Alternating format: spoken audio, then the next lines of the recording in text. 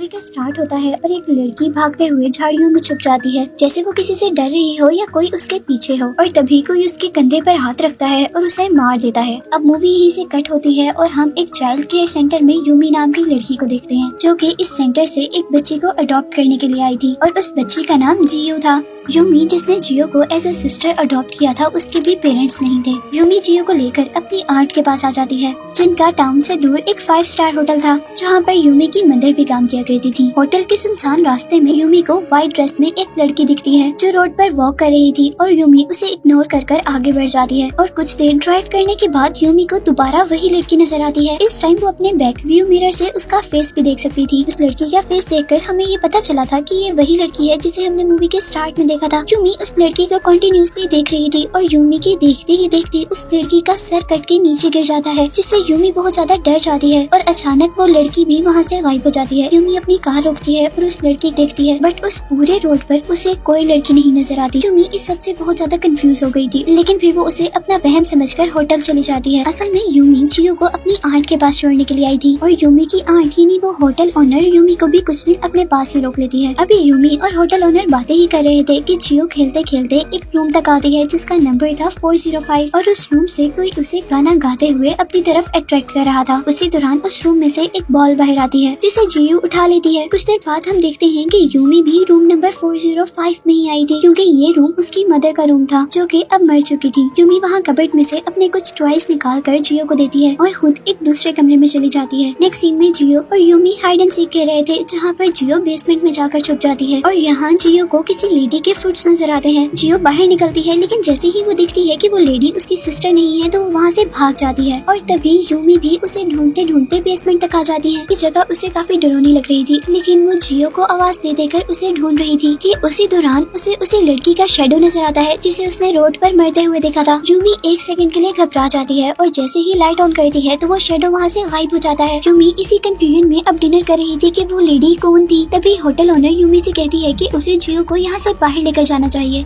किसी amusement park में, जहाँ पर वो बचपन में जाया करती थी। डिनर के बाद वो सब लोग बातें कर रहे होते हैं कि जियो सोफे पर ही सो जाती है। यूमी उसे उठाकर बेडरूम में लेकर जा रही थी। तभी हम देखते हैं कि ऊपर किसी फ्लोर से एक ब्लैक शेडो उन्हीं को देख रहा था, जैसे वो ब्लैक शेडो इन्हीं के पीछे हो और इनको टारगेट बनाना चाह रहा हो। नेक्स्ट मॉर्निंग यूमी जियो को अपने साथ एक एम्यूजमेंट पार्क में लेकर जाती है, जहाँ पर वो काफी अच्छा टाइम स्पेंड करते हैं और यूमी नोटिस करती है कि जियो किसी से बातें कर रही है, लेकिन करीब जाने पर उसे वहाँ पर कोई भी नजर नहीं आता। वो जियो से पूछती है कि तुम किससे बातें कर रही थी, और जियो अपने सामने इशारा करके कहती है कि ये लेडी मेरे से खेलने को कह रही है। बट यूमी को तो वहाँ पर कोई भी नजर नहीं आ रहा था। उसे लगता है कि जियो झूठ बोल रही है और वो जियो को लेकर होटल वापस आ जाती है। होटल में जब लेडी जियो के साथ खेल रही होती है तो उसे अपने पीछे एक शेडो दिखाई देता है और अचानक वो उसी रोड पर पहुँच जाती है जहाँ पर उसने लेडी को मरते हुए देखा था। वहाँ हर तरफ अंधेरा ही अंधेरा था, बस एक बस स्टॉप नजर आ रहा था, जहाँ उसे दोबारा वही लड़की नजर आती है। वो लेडी बगैर घूमे अपनी नेक को पूरा का पूरा रोटेट कर लेती है, जिससे डर कर यूमी की आंख खुल जाती है और हमें पता चलता है कि ये सब यूमी का एक ड्रीम था। यूमी होटल का राउंड लगा रही थी कि तभी होटल की वेट्रेस यूमी से कहती है कि तुम्हें जियो को यहाँ पर नहीं लेकर आना चाहिए था। वो वेट्रेस कहती है कि ये होटल हॉन्टेड है और इसी वजह से सारा स्टाफ यहाँ से भाग गया है। वो वेट्रेस अपनी स्टोरी बताते हुए कहती है कि एक मरतबा मैंने रूम नंबर 405 में एक लेडी को देखा था, जो कि वेट्रेस के यूनिफॉर्म में थी, और मुझे लगा था कि वो यहाँ का एक स्टाफ है। पर जैसे ही मैं उस रूम के अंदर गई तो वो लेडी एक घोस्ट में चेंज हो गई।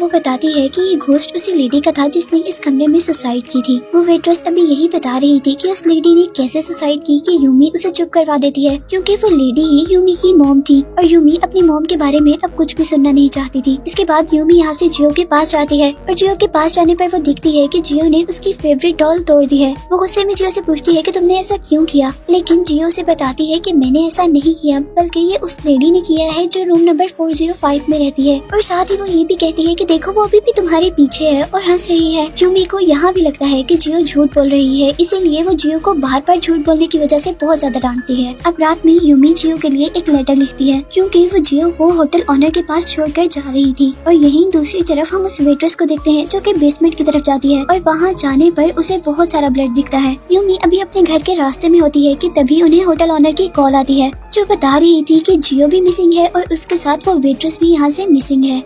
यूमी जल्दी से होटल वापस आ जाती है और यहीं पर हम एक पुलिस ऑफिसर को भी देखते हैं, जो कि जियो को ढूंढने के लिए आया था। और उसे लग रहा था कि जरूर उस वेट्रेस ने ही जियो का किडनैप किया है। यूमी जियो को जगह जगह ढूंढती है और उसे ढूंढते ढूंढते एक पार्क में भी जाती है, पर उसे जियो कहीं पर भी नहीं मिलती और यहाँ वो एक लड़के से टकराती है जिसकी एक आंख पर पट्टी बंधी हुई थी। और तभी इस पार्क में होटल ऑनर आती है और वो यूमी को अपने साथ वापस होटल ले जाती है। इसके बाद जब यूमी होटल में जागती है तो उसे अपने रूम के डोर पर वो वेट्रेस दिखाई देती है, लेकिन यहाँ वेट्रेस ने अपना यूनिफॉर्म नहीं बल्कि यूमी के ही कपड़े पहने हुए थे। यहाँ वो रूमी से कह रही थी कि रूम नंबर 405 में रहने वाली लेडी ने सुसाइड नहीं किया था और वो सब कुछ जानती है कि वो लेडी कैसे मरी थी। और ये कहते साथ ही वो वहाँ से चली जाती है और यूमी जब उस वेट्रेस का पीछा करते करते उसके रूम में जाती है तो उसे वहाँ पर वेट्रेस की डेड बॉडी मिलती है। यूमी उस डेड बॉडी को देखकर बहुत ज्यादा घबरा गई थी और बहुत ही परेशान थी। बाद में पुलिस ऑफिसर्स आकर उस वेट्रेस की डेड बॉडी को यहाँ से ले जाते हैं और यूमी बस बैठे हुए ये सब कुछ देख रही थी कि तभी उसके कंधे पर कोई हाथ रखता है। उसे लग रहा था कि ये हाथ आंटी ने रखा है, पर जैसे ही वो सामने देखती है कि आंटी तो पुलिस ऑफिसर्स के साथ हैं, तो एक सेकंड के लिए वो शॉक थी कि उसके कंधे पर हाथ कौन रख रहा था और उसके पीछे मुड़कर देखने पर भी उसके पास कोई भी नहीं था। यूमी अब इन सारी सिचुएशन से परेशान भी हो रही थी और डर भी गई थी। और जब पुलिस उससे इन्वेस्टिगेशन कर रही होती है तो वो अपने डर की वजह से पुलिस को भी सही से जवाब नहीं दे पाती, जिस वजह से पुलिस को शक होता है कि शायद यूमी ने ही उस वेट्रेस को मारा है और जियो को गायब करने के पीछे भी यूमी का ही हाथ होगा।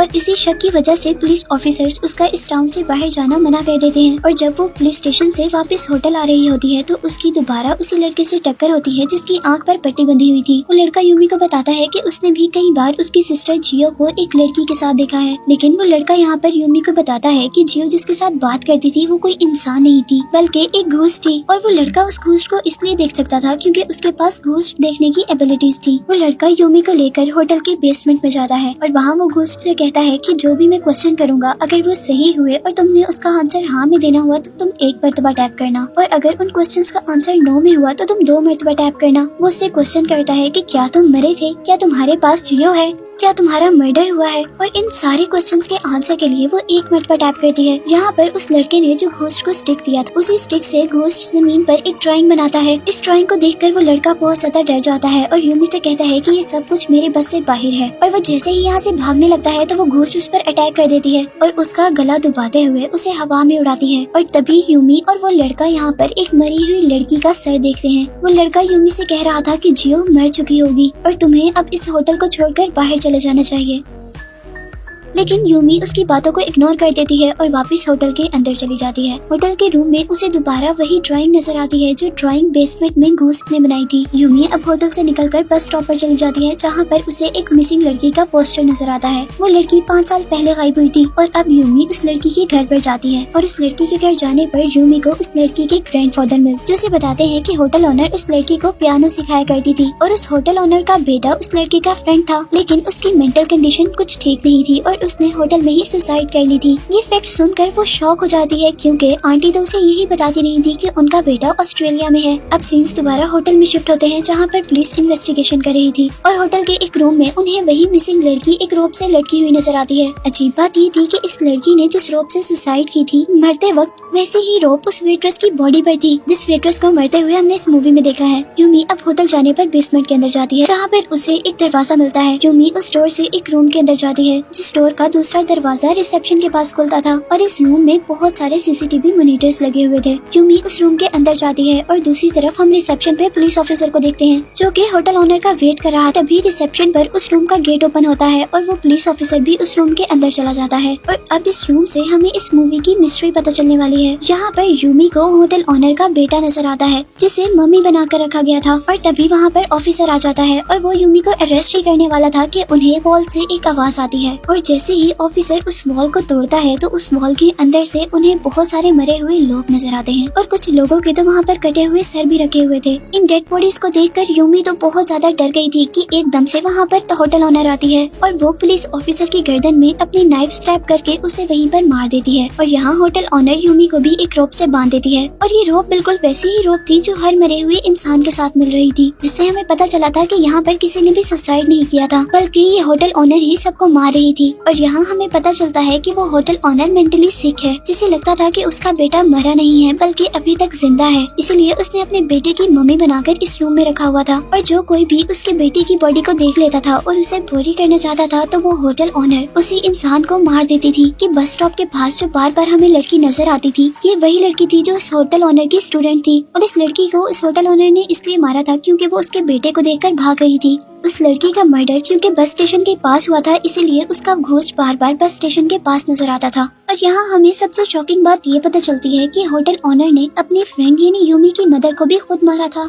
क्योंकि जब होटल का स्टाफ गायब हो रहा था तो उसे होटल ऑनर पर शक हो गया था, इसीलिए वो पुलिस को इन्फॉर्म करना चाहती थी, जिसकी वजह से होटल ऑनर ने उसे भी मार दिया। यूमी ये बात सुनकर बहुत ज्यादा शौक और दुखी थी और यहीं पर वो होटल ऑनर अब यूमी की भी सारी वेन्स काट देती है ताकि सबको लगे कि यूमी ने भी सुसाइड की है। लेकिन यूमी यहाँ पर मरी नहीं थी और कुछ देर बाद यूमी का होश आ जाता है और सरप्राइजिंगली उसकी बॉडी से उसकी रस्सी भी खुली हुई थी और यूमी सबसे पहले खड़े होकर होटल ऑनर पर अटैक करती है, जिससे उसे लगता है कि होटल ऑनर मर गई है और वो अब अपनी मॉम के घूस की हेल्प से जियो की जान बचाती है। और जियो और यूमी यहाँ से भागने वाले होते हैं कि तभी होटल ऑनर दोबारा उन पर अटैक करती है, क्योंकि होटल ऑनर मरी नहीं थी। पहले तो यूमी अपना डिफेंड करती है और फिर अपनी सारी पावर का यूज करके आखिर उस होटल ऑनर को मार देती है। यूमी अब अपनी बहन जियो को लेकर इस होटल से बाहर आ जाती है और यहाँ पर वो अपनी मॉम के घोस्ट को देखती है और लास्ट टाइम उन्हें गुड बाय कहती है, जिसको मरते हुए ख्याल आ रहा था कि उसका बेटा उसके पास आ रहा है। और इस चीज से हम पर ये बात तो क्लियर हो गई कि होटल ऑनर एक मेंटल सिकनेस से सफर कर रही है। यूमी अब अपनी बहन की पूरी रिस्पॉन्सिबिलिटी ले लेती है, उसे सेफली यहाँ से ले जाती है, जिसके साथ ये मूवी यहीं पर खत्म हो जाती है।